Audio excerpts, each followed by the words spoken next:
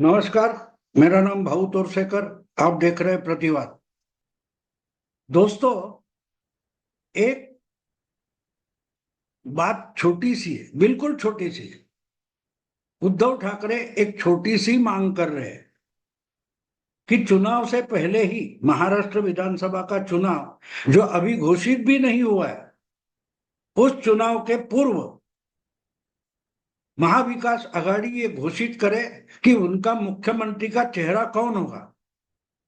समझो, वो उद्धव ठाकरे ही है, उनको खुद को लगता है कि वही अच्छा चेहरा है।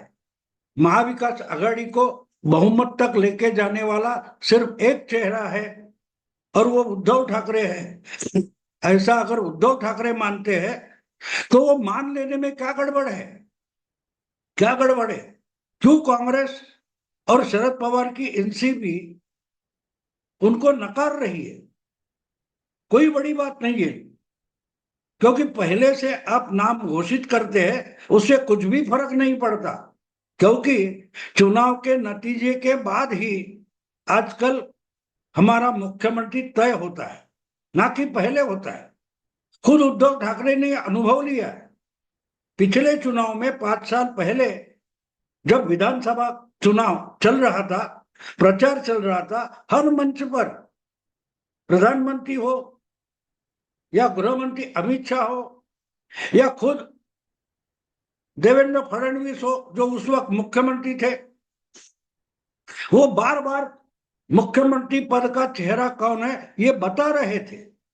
और उस मंच पर बैठे हुए उद्धव ठाकरे कभी आक्षेप नहीं ले रहे थे। उन्होंने कभी नहीं कहा कि भाई ये कोई चेहरा नहीं है, क्योंकि बंद दरवाजे में अमित शाह ने कबूल किया है कि आधे आधे समय के लिए बीजेपी और शिवसेना का मुख्यमंत्री रहेगा। तो फिर से अगर सरकार बनती है, बहुमत आता है, तो देवेंद्र फडणवीस कैसे मुख्यमंत्री हो सकते हैं? वो मुख्यमंत्री पद के चेहरा नहीं है। ना शिवसेना बीजेपी के लिए है, ना कि शिवसेना के लिए। ऐसा एक बार भी उद्धव ठाकरे ने खुद नहीं कहा था। और वोटर के सामने जो चेहरा पेश किया गया था वो तो देवेंद्र फडणवीस का था, और लोगों ने उनको भर भर के वोट दिए थे। पूरा बहुमत महायुति यानी इंडिया अलायंस को दिया था। लेकिन आज तक 5 साल होने को आए, देवेंद्र फडणवीस मुख्यमंत्री नहीं बने। जिनको वोटर ने साथ दिया था, साफ साफ मेजोरिटी दी थी, क्यों कि हमें देवेंद्र फडणवीस मुख्यमंत्री चाहिए। लेकिन नतीजे आए और उसके बाद तय हुआ कि देवेंद्र फडणवीस मुख्यमंत्री नहीं रहेंगे। और ये तय करने वाले कौन थे? खुद उद्धव ठाकरे थे। तो उनको कम से कम एक बात समझ में आनी चाहिए कि भाई आज पहले से अगर कोई चेहरा डिक्लेयर किया जाता है और उसको बहुमत भी आए, तो भी वो मुख्यमंत्री होने की कोई गारंटी नहीं।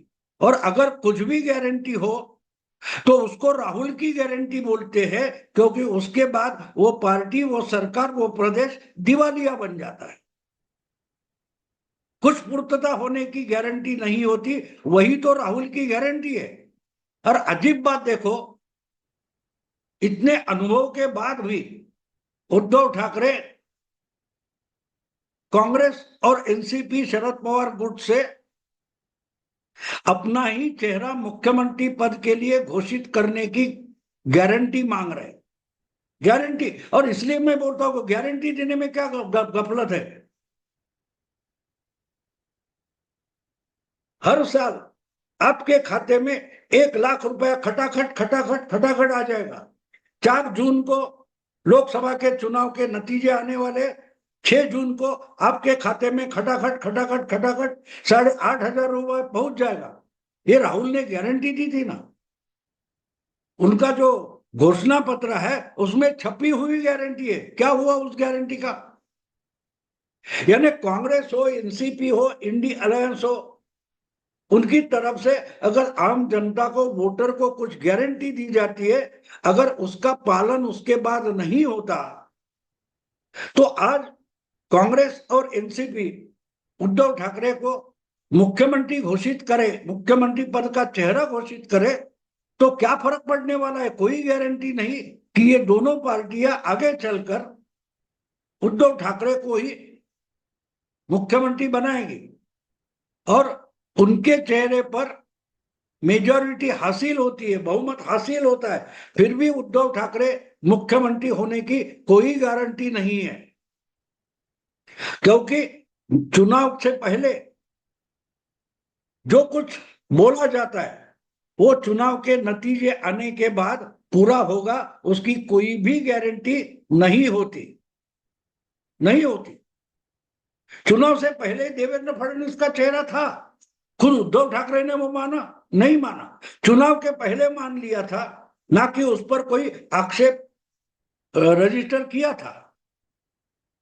तो आज अगर कांग्रेस और एनसीपी उद्धव ठाकरे को एनडीए क्या इंडिया अलायंस या एमवीए महाविकास आघाड़ी का मुख्यमंत्री पद का चेहरा घोषित करते हैं तो कोई बाधा आने वाली नहीं है, ना कि जरूरी है चुनाव के नतीजे आए, महाविकास आघाड़ी को बहुमत मिल जाएगा, और बहुमत मिला और उद्धव ठाकरे के चेहरे पर मिला, इसलिए उनको ही मुख्यमंत्री बनाना है। ऐसा कोई कंपल्सन नहीं है, संविधान में ऐसा कंपल्सन नहीं है कि भाई गठबंधन बना और अगर गठबंधन को बहुमत मिलता है तो गठबंधन का जो नेता चेहरा होता है उसको ही मुख्यमंत्री बनाना चाहिए। ऐसी कोई भी प्रोविजन या प्रावधान संविधान में तो नहीं है।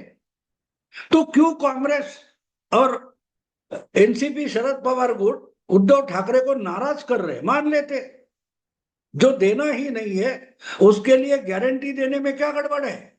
क्या डर है? क्यों डरते हैं? डरने का कारण अलग है। उद्धव का चेहरा आज घोषित करे तो चुनाव के नतीजे आने के बाद पलटी नहीं मार सकते, इसका डर कांग्रेस या एनसीपी को नहीं है। वो इसलिए डरते हैं कि अगर चुनाव तक और चुनाव में उद्धव ठाकरे यानी उनकी उबाठा शिवसेना जो है वो अगर महाविकास आघाड़ी में रहती है तो बहुमत मिले ना मिले, वोटिंग परसेंटेज, वोट्स, मत जो है वो कांग्रेस और एनसीपी के कट जाएंगे, क्योंकि उद्धव के पास उनकी पार्टी के कुछ वोट बचे नहीं हैं। शिवसेना के जो परंपरा से चलते आए वोट है उसमें से बहुत बड़ा हिस्सा एकनाथ शिंदे लेकर गए, सिर्फ नाम और पार्टी और चुनाव चिन्ह लेकर नहीं गए। और इसका सबूत कल परसों एक 2-3 दिन पहले जो टाइम्स नाउ का सर्वे आया है उसमें मिलता है। शरद पवार और कांग्रेस पार्टी उद्धव से क्यों डरे हैं? उद्धव का नाम मुख्यमंत्री पद के लिए डिक्लेयर करने से कांग्रेस और शरद पवार गुट क्यों डरा है, इसका जवाब हमें टाइम्स नाउ के सर्वे में मिलता है। उसमें साफ साफ आया है कि एकनाथ शिंदे 16% से भी ज्यादा वोट लेकर आ रहे हैं।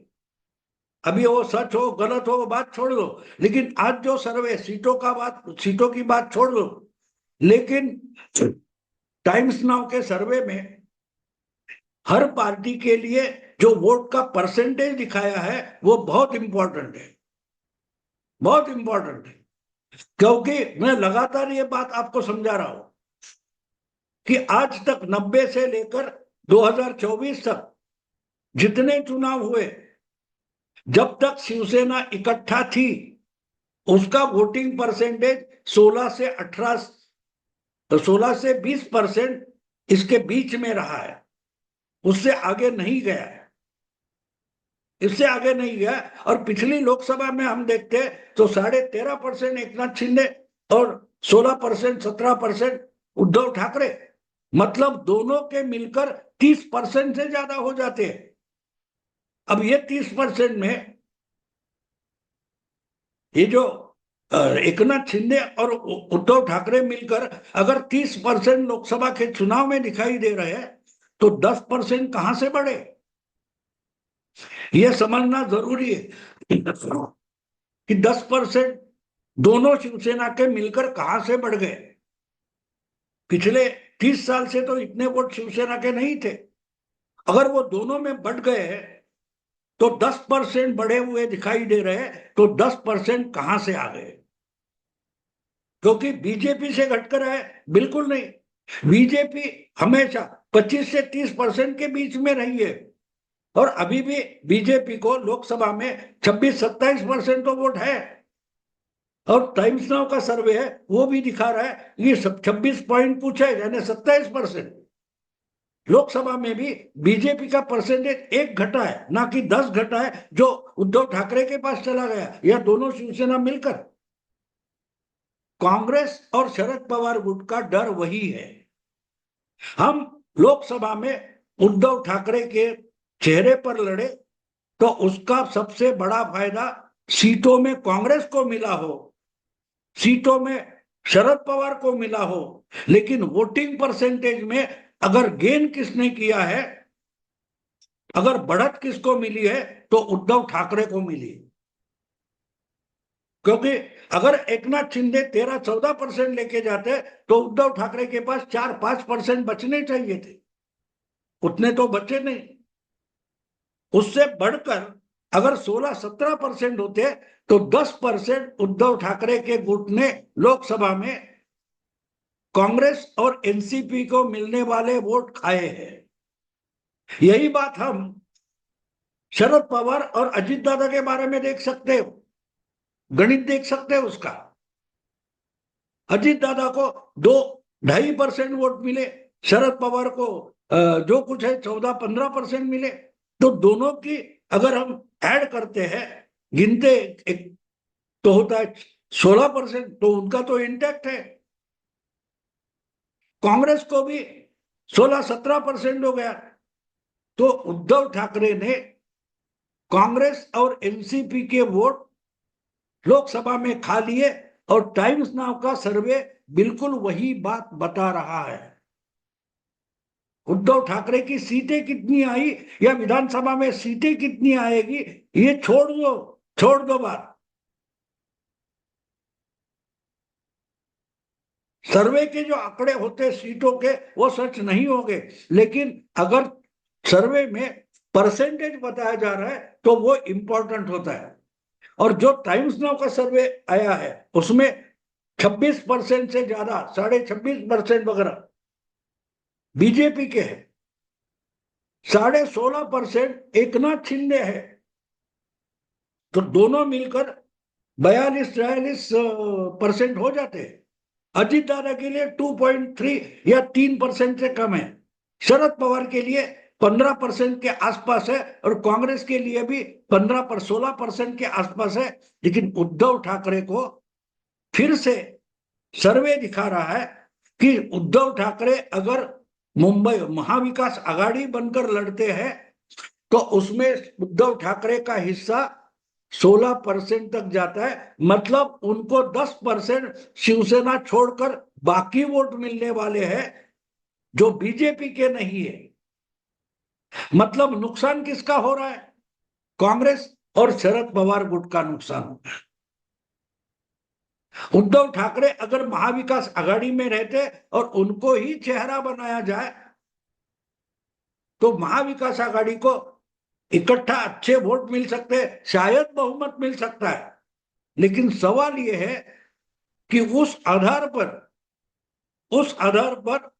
अगर शिवसेना के वोट बढ़ते हैं तो हमेशा के लिए वो वोट उद्धव ठाकरे के साथ चले जाएंगे, और वो हमेशा उनके साथ रहे, मुस्लिम, दलित वगैरह वगैरह। इसलिए उद्धव ठाकरे लगातार लोकसभा से पहले और लोकसभा के चुनाव के नतीजे आने के बाद संविधान, वक्फ बोर्ड, मुस्लिमों का तुष्टीकरण, ये लाइन लेकर चल रहे, क्योंकि उनको मालूम है कि उनके पास शिवसेना के ओरिजिनल वोटर बचे नहीं। तो खाना है तो शरद पवार और कांग्रेस के ही वोट उद्धव ठाकरे को खाने पड़ेंगे, और अगर इकट्ठा रहेंगे तो उनके वोट खाना उद्धव के लिए आसान बन जाता है। तो बात सीधी है कांग्रेस या शरद पवार उद्धव का नाम डिक्लेयर करने में डरे इसलिए है कि उनको उद्धव ठाकरे महाविकास आघाड़ी में चाहिए ही नहीं, चाहिए ही नहीं, क्योंकि वो सिर्फ सीटें ज्यादा मांगते हैं वो बात नहीं है। उद्धव ठाकरे इनकी परंपरागत वोट है कांग्रेस और एनसीपी के, उस पर ही डल्ला मार रहे हैं, उसको नोच रहे हैं। और इसीलिए उद्धव ठाकरे छटपटा रहे कि मेरा नाम डिक्लेयर करो, कोई नाम डिक्लेयर करो, कोई चेहरा डिक्लेयर करो, लेकिन कांग्रेस और शरद पवार गुट उसको कोई घास नहीं डाल रहा है। इसका कारण साफ है, उनको उनको अपने वोट बचाने, और किससे बचाने हैं? उद्धव ठाकरे से बचाने। आज उद्धव ठाकरे को कांग्रेस और शरद पवार गुट बहुत डरा हुआ है, क्योंकि एकनाथ शिंदे हो या बीजेपी हो, देवेंद्र फडणवीस हो, ये दोनों भी कांग्रेस और एनसीपी के वोट चुरा नहीं सकते। हाँ, उनके एमएलए चुरा सकते हैं, उनके नेता चुरा सकते हैं, उनके कैंडिडेट चुरा सकते हैं, लेकिन वोटर शिंदे या फडणवीस चुरा नहीं सकते। लेकिन उद्धव ठाकरे अगर इनके साथ महाविकास आघाड़ी में रहते और महाविकास आघाड़ी का चेहरा बनकर रहते तो उद्धव ठाकरे ही बड़ी मात्रा में कांग्रेस और शरद पवार गुट के वोट चुरा लेंगे। क्योंकि जो कुछ मैं नहीं बोल रहा हूं, ये लोकसभा के आपके आंकड़े हैं, वो देखिए मतगणना के बाद। और अभी अभी ताजा जो सर्वे आया है टाइम्स नाउ का, उसमें सीटों का बंटवारा जो है, सीट का क्या आंकड़ा है वो नहीं देखता, वोटिंग परसेंटेज जो दिखाया वो मुझे इंपॉर्टेंट लगता है। उसमें पूरा का पूरा प्रतिबिंबित होता है, रिफ्लेक्ट होता है कि अजित दादा अपने चाचा के वोट तोड़ नहीं पा रहे हैं। चाचा के वोट जब यानी लगभग वही टिके हुए, लेकिन उद्धव के वोट टिके नहीं है। उद्धव के वोट लगभग सारे के सारे 85% वोट एकनाथ शिंदे चुरा कर ले जा रहे हैं। और उद्धव को अगर किसी ने बचाया है तो मुस्लिम दलित वोट ने, जो एक्चुअली कांग्रेस और शरद पवार गुट का वोटर है। और इसी कारण से बात सीधी है, जो सब अभी गारंटी देनी है वो पालने की जरूरत नहीं है। चुनाव के बाद अगर उद्धव को मुख्यमंत्री बनाने की नौबत आ गई तो कांग्रेस एनसीपी सीधे सीधे ना बोल सकते हमको नहीं चाहिए उद्धव ठाकरे। कोई उनको रोक नहीं सकता, ना कोई कानून रोक सकता है, ना संविधान रोक सकता है। जैसे उद्धव ठाकरे को बीजेपी 5 साल पहले रोक नहीं पाई, वही बात आज कांग्रेस और एनसीपी कर सकती है। तो उद्धव का नाम डिक्लेयर करने में दिक्कत क्या है? दिक्कत मुख्यमंत्री के नाम से नहीं है, दिक्कत उद्धव ठाकरे को मुख्यमंत्री बनाने से नहीं है।